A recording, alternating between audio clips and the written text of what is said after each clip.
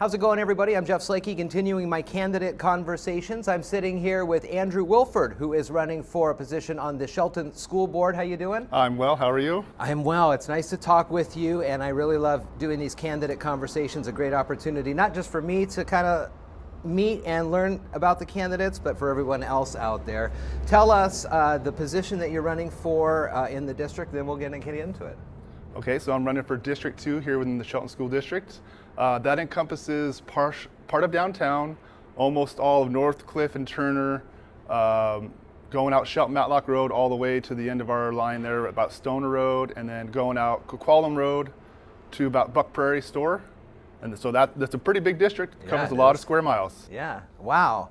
Tell me a little bit about what your current involvement with the Shelton School District. Do you have kids that go there? Did you go there? How's it? What brought you to this race? So what brought me here? I'm a local guy, born and raised here in Shelton. I actually grew up just a block from here, over on Grove Street. Went through the Shelton School District, graduated in 2001. Right out of high school, I actually became an employee of the school district. I was a nighttime custodian, and kind of did that as I worked my way to finish my 2-year degree in college over at South Puget Sound, and kept doing that. Kind of did it off and on for about 5 years until I found my way in life to where I'm at now. Fast forward several years, became a parent, had kids in the public schools, and so great way to get involved.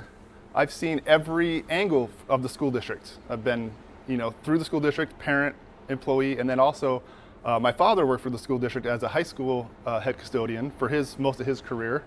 And so I got to see the school district through his eyes as a child as well. So I've had just about every perspective imaginable. This seat is currently held by Lauren Gilmore. She was appointed the position, so both her and Andrew are running for the full next term of this. Right. Tell me what you're seeing in the school district that got you wanting to be involved. Was it just because your kids are in there, or a different path, or something that the board has been working on? So really what kind of got me started down this path was seeing my daughter going through elementary school, and she started struggling early with math. And I know there was a lot of hoopla about 10 years ago about Common Core math. Oh, I remember that. And so the way that Common Core was sold to us back then was this is going to be a more rigorous math curriculum that's going to be more college career ready. We're going to teach them traditional math, but then we're going to expand on that and teach them these other ways of figuring out problems. And it's going to really give them a better understanding of mathematics at really the core level, which sounds great. But what I saw with her was she was struggling early because it didn't seem like they were focusing on that traditional math to build that foundation before they expanded to these alternative ways of explaining things. Okay. And so through elementary, I started having to teach my daughter the way that I was taught math as a kid. And that's where you bring it down and carry the one and all that stuff? Yeah, bring it down, carry the one, the long division, that kind of thing. And so I started teaching her that stuff early, and I kind of just rolled with her through the years. And then she started excelling. She no longer struggled, and now she's in 7th grade. She's doing pre-algebra. Very nice. So she just needed that core foundation like I learned as a kid. So is it something within math specific, or is it something more broad-based when it comes to the education of the youth in the district? Well, if you look at our numbers from OSPI right now, and I get a lot of hate for pointing this number out, but we're doing pretty poor as far as math goes in Shelton School District. Okay. Only about 19% of kids are at grade level in math. So looking at that, and that's the most recent statistic. The previous statistic was 12% in math. So we'd had a slight improvement, but we're far below the state average. The state average is right at about 39%. Okay. So there's something that we're doing that's not effective. And I want to address that. I'm a math guy. I use a high level of math for my job at work. So it's kind of my focus. It's what I enjoy doing. Talk to me a little bit how you would plan to, build consensus and work with your fellow school board members to implement new pathways, I guess, in math.